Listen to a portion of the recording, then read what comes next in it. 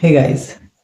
तो हम सब ने कछुए और खरगोश की कहानी तो सुनी ही होगी, मगर क्या आपको इसका पार्ट 2 पता है?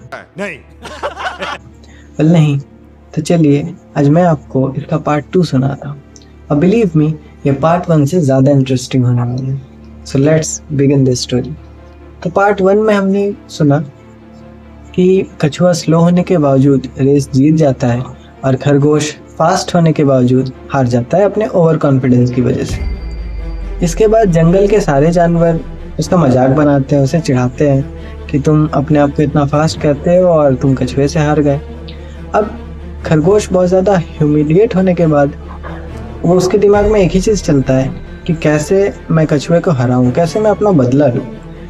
तो वो कछुए को एक और दिन फिर चैलेंज करता है कि उस दिन तो तुम्हारा लक अच्छा था, उस दिन तुम बाई चांस जीत गए, अब एक और बार तुम मुझसे रेस लगाओ और इस बार अगर तुम मुझसे जीत जाते हो तो तुम जो कहोगे मैं वो करूँगा।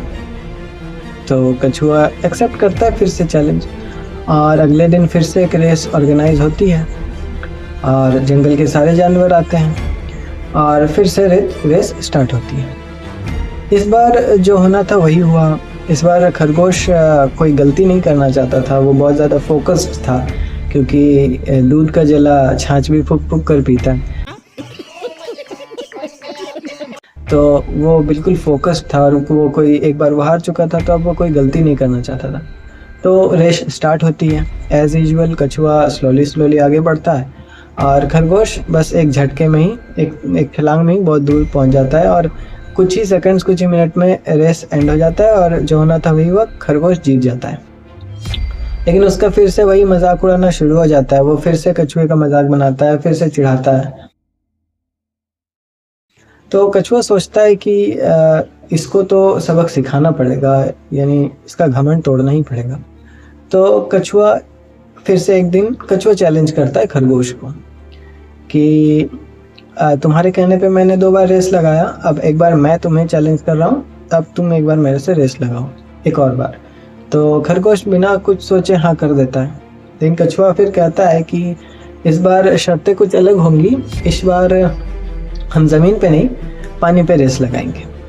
तो खरगोश कहता है ठीक है। तो वो ओवर कॉन्फिडेंट तो वो था ही, तो वो हाँ कर देता है। अगले दिन रेस ऑर्गेनाइज होती है, सारे जानवर आते हैं, लेकिन इस बार फील्ड पे नहीं होने वाली थी रेस, पानी पे होने वाली थी। तो सबने मिलकर एक नदी को ट्रैक बनाते हैं। तो जो इस पार से उस पार सबसे पहले पहुंचेगा वो जीतेगा, ऐसा डिसाइड करते हैं सारे जानवर मिलके। तो दोनों खड़े होते हैं, खरगोश और कछुआ। रेस स्टार्ट होने वाली होती है, रेस स्टार्ट होती है, दोनों एक साथ पानी में उतरते हैं। खरगोश तो पहले बहुत फुर्ती दिखाता है और कुछ मिनट में वो बिल्कुल नदी के बीचों बीच चला जाता है, पूरा अपना दमखम इस्तेमाल करते हुए। लेकिन कुछ देर बाद ही वो थक जाता है क्योंकि पानी में इतना आसान नहीं होता तैरना। कुछ देर बाद वो थक जाता है और थकने के कारण वो ज़्यादा अब मूवमेंट कर नहीं पाता है और पानी का बहाव भी बहुत तेज़ होता है। तो वो उसे अपने साथ बहा कर ले जाती है, उसको डेविएट कर देती है रास्ते से। वहीं कछुआ वो एक एम्फीबियन है, तो वाटर तो उसका हैबिटेट ही है, तो उसे बहुत अच्छी तरह से तैरना आता है। तो वो बिल्कुल नदी के तलहटी पे चला जाता है जहाँ पे जो पानी का बहाव है उतना नहीं होता और वो बहुत ही अच्छे से स्विमिंग करता हुआ, बहुत ही स्पीड से वो स्विमिंग करता हुआ नदी के उस पर पहुँच जाता है कुछ ही मिनटों में। तो खरगोश, जिसके लिए पानी से निकलना ही मुश्किल हो जाता है, वो तो पानी उसे बहा कर ले जाती है। वो तो जैसे तैसे करके पानी से बाहर आता है, जीतना तो दूर की बात है, पानी से बाहर आना ही उसके लिए एक बहुत बड़ा चैलेंज हो जाता है। तो वो खरगोश जब निकलता है तो देखता है कि कछुआ बहुत पहले ही नदी के इस पर आ चुका है और जीत चुका होता है। खरगोश फिर से बहुत ज़्यादा शर्मिंदा होता है और माफ़ी मांगता है कछुए से कि हाँ तुम जीत गए, I am sorry.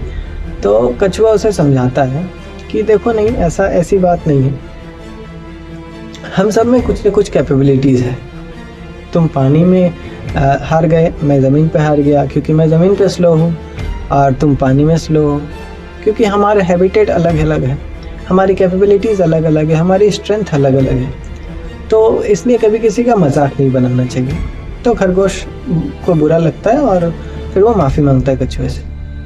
Moral of this story, मैं ये क्यों आप लोगों को सुना रहा हूँ क्योंकि मेरे एक सर ने मुझे ये सुनाया था स्कूल में, तो मैं आप लोगों को इसलिए ये सुना रहा हूँ कि हमारे साथ भी ऐसा ही है। दूसरे के सक्सेस को देखकर, दूसरे की स्ट्रेंथ, दूसरे की कैपेबिलिटीज़ को देखकर कभी कभी हम अपने आप को बहुत छोटा समझते हैं कि यार उसने कर लिया, मैं तो अभी तक स्ट्रगल ही कर रहा हूँ, मैं कर नहीं पा रहा हूँ। तो ऐसा नहीं है। अपने कैपेबिलिटीज़ को आप कभी छोटा मत समझना। हाँ, अपने कैपेबिलिटीज़ को आपको पहचानने की ज़रूरत है। हो सकता है उसके पास कुछ अलग स्ट्रेंथ है, उसे सक्सेस जल्दी मिल गई, आपके पास कुछ अलग है, आपके पास भी कुछ है, आपको उसे पहचानना पड़ेगा। अपने कैपेबिलिटीज़, अपने स्ट्रेंथ को आपको शार्पन करना पड़ेगा और आपको अपनी फील्ड का मास्टर बनना पड़ेगा। क्योंकि अगर फ्यूचर में आपके फील्ड में अगर कोई कंपटीशन ऑर्गेनाइज होती है तो उसके विनर सिर्फ और सिर्फ आप बनने चाहिए। तो इसीलिए दूसरे के कैपेबिलिटीज़ को जज करने से अच्छा है अपने कैपेबिलिटीज़ को पहचानो, उनको शार्पन करो और अपने फील्ड के खिलाड़ी बनो। सो choose your field and be the winner of your game. Thank you so much. Channel को लाइक करें, सॉरी वीडियो को लाइक करें, चैनल को सब्सक्राइब करें, शेयर करें ये वीडियो अपने दोस्तों के साथ। Thank you so much.